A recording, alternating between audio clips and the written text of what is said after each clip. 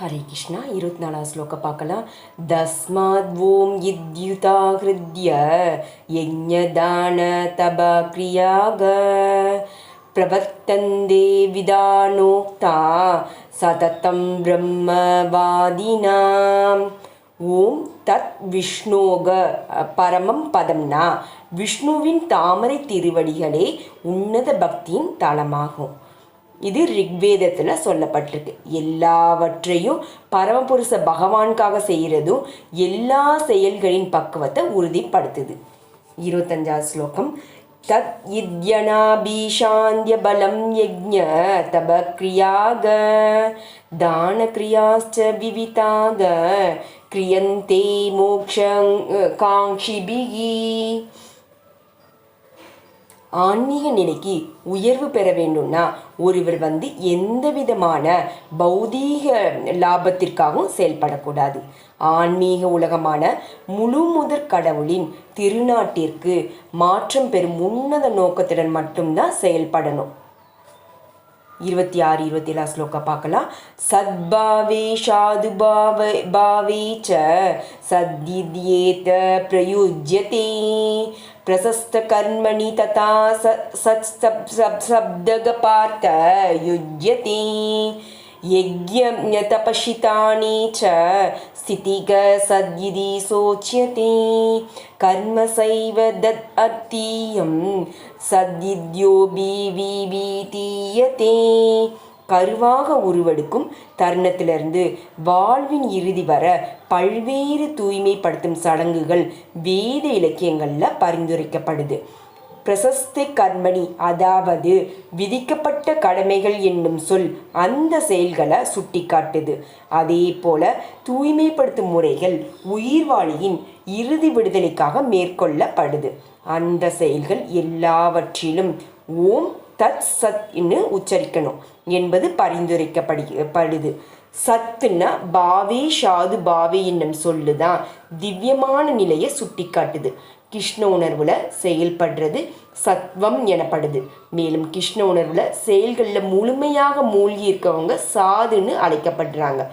அதே போல பக்தர்களின் உறவுல திவ்யமான விஷயங்கள் தெளிவடைகின்றன்னு ஸ்ரீமத் பாகவதத்தில் சொல்லப்பட்டிருக்கு. சதாம் பிரசாங்காத் என்னும் சொல்லுதான் உபயோகப்படுத்தப்படுது. சத்சங்கம் இல்லாமல் தெய்வீக ஞானத்தை அடைய முடியாது. ஒருவருக்கு தீட்சை அளிக்கும் போது இல்லைன்னா பூணூல் அணிவிக்கும் போது ஓம் தத் சத் என்னும் சொற்கள் உச்சரிக்கப்படுது. அதே போலதான் எல்லா விதமான யாகங்களின் குறிக்கோள் ஓம் தத் சத் எனப்படும். பரமணி தத் அத்தீயம் என்னும் சொல் பரமனுடன் இங்க ஸ்ரீ கிருஷ்ணரை குறிக்குது. பரமனுடன் தொடர்புடைய எதற்கும் சேவைகளை அர்ப்பணிப்பதை குறிக்கும். சமைக்கிறது பகவானின் கோவிலில் உதவி செய்கிறது, இல்லைன்னா பகவானின் புகழை பரப்புவதற்கான வேறு விதமான செயல்களை செய்கிறது முதலியவற்றை இதில் உள்ளடங்கும்.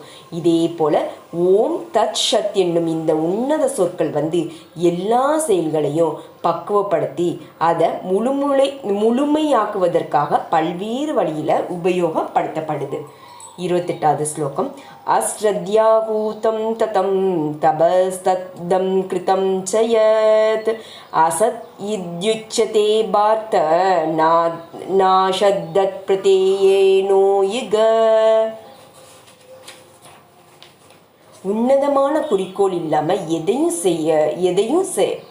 செஞ்சாலும், அதாவது உன்னதமான குறிக்கோள் இன்றி என்ன வேணால் செஞ்சாலும் இந்த யாகம் தானம் இல்லைன்னா தவம்னு எதுவாக இருந்தாலும் அது பயனற்றது. ஏன்னா இந்த ஸ்லோகத்தில் அதே போல செயல்கள் கேவலமானதாக அறிவிக்கப்படுது. எல்லா செயல்களும் கிருஷ்ண உணர்வில் பரமனுக்காக செய்யப்படணும். அதே போல் நம்பிக்கையும் முறையான வழிகாட்டுதலும் இல்லைன்னா ஒருபோதும் பலனை அடைய முடியாது. எல்லா வேத சாஸ்திரங்களிலும் பரமனின் மீதான நம்பிக்கை அறிவுறுத்தப்படுது. பரமன் ஸ்ரீகிருஷ்ணரை குறிக்குது. அதே போல் வேத அறிவுரைகளை பின்பற்றுவதன் இறுதி நோக்கம் கிருஷ்ணரை புரிந்து கொள்வதாகும். இந்த கொள்கையை பின்பற்றாமல் யாரும் வெற்றியை பெற முடியாது. அதனால தான் அங்கீகரிக்கப்பட்ட ஆன்மீக குருவின் வழிகாட்டுதலின்படி ஆரம்பத்தில் இருந்தே கிருஷ்ண உணர்வுல செயலாற்றுறது ரொம்ப சிறந்த பாதாகும். எல்லாவற்றையும் வெற்றிகரமாக ஆக்குவதற்கு இதுதான் சிறந்த வழியும் கூட. இந்த கட்டுண்ட நிலையில வேதங்கள், பேய்கள், குபேரன் முதலிய யக்ஷர்களை வழிபடுறது மக்கள் ரொம்ப ஆவலா இருக்காங்க. இது சத்வகுணையும் ரஜோகுணத்தையும் தமோகுணத்தை விட சிறந்ததே தான். இருந்தாலும் கிருஷ்ண உணர்வை நேரடியாக ஏற்றுக்கொள்பவங்க ஜட இயற்கையின் 3 குணங்களும் அப்பாற்பட்டவங்க. படிப்படியாக உயர்வு பெறுவதற்கான வழிமுறை இருந்தாலும் தூய பக்தர்களின் சங்கத்தினால ஒருவர் நேரடியாக கிருஷ்ண உணர்வை மேற்கொண்டாங்கன்னா அது ரொம்ப சிறந்த வழி. மேலும் இந்த அத்தியாயத்தில் அதுவே சிபாரிசு செய்யப்படுது. இந்த வழியில வெற்றி பெறுவதற்கு முறையான ஆன்மீக குருவை முதலில் கண்டறிஞ்சு அவரது வழிகாட்டுதலின் கீழ் பயிற்சி பெற வேண்டியது அவசியம். அதன் பிறகுதான் பரமனின் மீதான நம்பிக்கையை அடைய முடியும். அந்த நம்பிக்கை முழுமையாக வளர்ச்சி பெறும்போது அதுதான் பிரம்மேனா இறை அன்புன்னு சொல்லப்படுது. இந்த அன்பே உயிர்வாளிகளின் இறுதி இலக்காகும். அதனால தான் கிருஷ்ண உணர்வினை நேரடியாக ஏற்றுக்கொள்வது அவசியம்.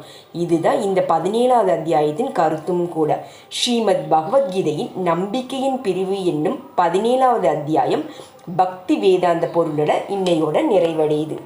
ஓம் பூர்ணமதக பூர்ணமிதம் பூர்ணாத்மா பூர்ணமுச்யதே பூர்ணஸ்ய பூர்ணமாதாய பூர்ணமேவாவசிஷ்யதே. ஓம் சாந்தி சாந்தி சாந்தி. ஹரி ஓம் தத்சத்.